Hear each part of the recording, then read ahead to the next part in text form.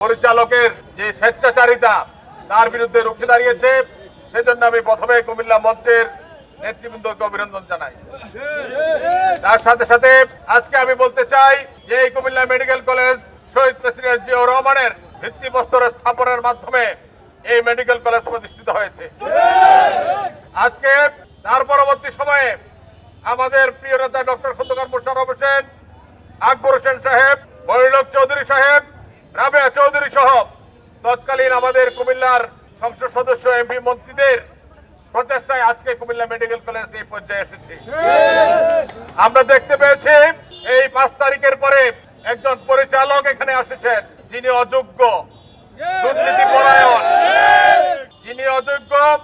দুর্নীতিপরায়ণ, কুমিল্লা বিরোধী, ফ্যাসিস্টের দোসর, এই দুর্নীতিবাজ, এই কুমিল্লা বিরোধী লোক আজকে এই কুমিল্লার মেডিকেল কলেজের মতো একটা বিশাল প্রতিষ্ঠানের পরিচালক হওয়ার মতো যোগ্যতা তিনি হারিয়েছেন।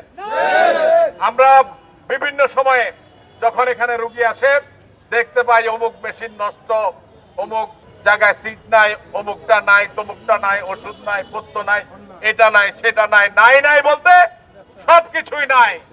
তিনি দুর্নীতির মাধ্যমে এগুলি খেয়ে ফেলেছেন। আজকে আমরা জানি যে বিভিন্ন সময় বিভিন্ন ওষুধপত্র এটা সেটা তিনি দুর্নীতি করে বিক্রি করে দিচ্ছেন কালোবাজারে। যেটা রোগীরা পাওয়ার কথা ছিল সেটা রোগীরা ঠিক মতো পায় না, তিনি এগুলা কালোবাজারে বিক্রি করেন। আজকে আমরা বলতে চাই এই মেশিন পত্র বন্ধ হওয়ার পিছনে ওনার হাত আছে।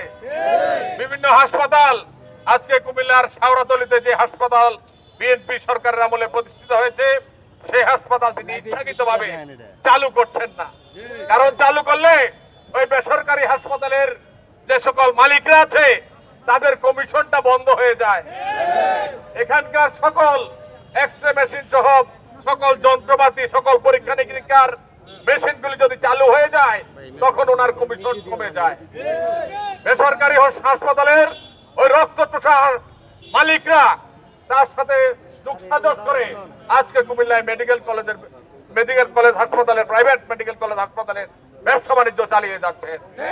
তিনি এখানে যাতে গরিব রোগীরা বিনা টাকায় চিকিৎসা করতে না পারেন সেজন্য সেগুলিকে এইখানে যাতে ওদের চিকিৎসা না হয়, ওরা যাতে প্রাইভেট মেডিকেল কলেজে গিয়ে চিকিৎসা করতে হয় সেজন্য এখানে বিভিন্ন যন্ত্রপাতি, ওষুধপত্র সহ সাধারণ মানুষের যে সরকারি ফ্রি ব্যবস্থাপনা আছে সেগুলি যাতে না পায় সেই ব্যবস্থা তিনি এখানে করে রেখেছেন। আমরা এই কুমিল্লার সাধারণ গরিব জনগণের পক্ষ থেকে ওনাকে বলতে চাই যে আপনি হয় ভালো হয়ে যান নতুবা কুমিল্লা ত্যাগ করেন, নাইলে কিন্তু এই কুমিল্লা বাঁচাও মঞ্চের আন্ডারে যে সকল মানুষ আজকে ঐক্যবদ্ধ হয়েছে তারা আগামী দিনে আরো বৃহত্তর পরিসরে আন্দোলন করে আপনাকে এই মেডিকেল কলেজ থেকে জোর করে বের করে দিতে বাধ্য হবে। আপনি জানেন যে মনিরুল চৌধুরী সাহেব আপনাকে বিভিন্ন সময় ফোন করে যে দুস্থ, গরিব, মুক্তিযোদ্ধা, অসহায়দেরকে বাড়ি থেকে হাসপাতালে নিয়ে আসার জন্য আপনি ওনার কথায় কর্ণপাত করেন না। আপনি ওনার থেকেও বড় নেতা বনে গেছেন 5 তারিখের পরে। 5 তারিখের আগেও এখানে যে সকল দুর্নীতি চলছিল আজকে এখনো সেই দুর্নীতি এখানে চলছে। আমরা এই বর্তমান সময়ে এখানে কোনো দুর্নীতি দেখতে চাই না। আমি আপনাকে বলতে চাই আগামী দিনে মনিরুল চৌধুরী বলার সাথে সাথে যে কোনো কর্মকাণ্ড আপনাকে করতে হবে। উনি সাধারণ মানুষের জন্য বলে, উনি এই কুমিল্লার মানুষের জন্য বলে, উনি গরিব মানুষের জন্য বলে, উনি কোন টাকার বিনিময়ে মানুষের সেবা দেয় না। আপনারা যেভাবে টাকার বিনিময়ে মানুষকে সেবা দেন উনি সেভাবে সেই সেবা দেয় না। সেই জন্য আপনাকে আজকে আমরা শুধুমাত্র নক করতে এসেছি, বলতে এসেছি ভালো হয়ে যান। এরপরে কিন্তু আর বলার সময় নেই, এরপরে আমরা যা করার করবো ইনশাল্লাহ।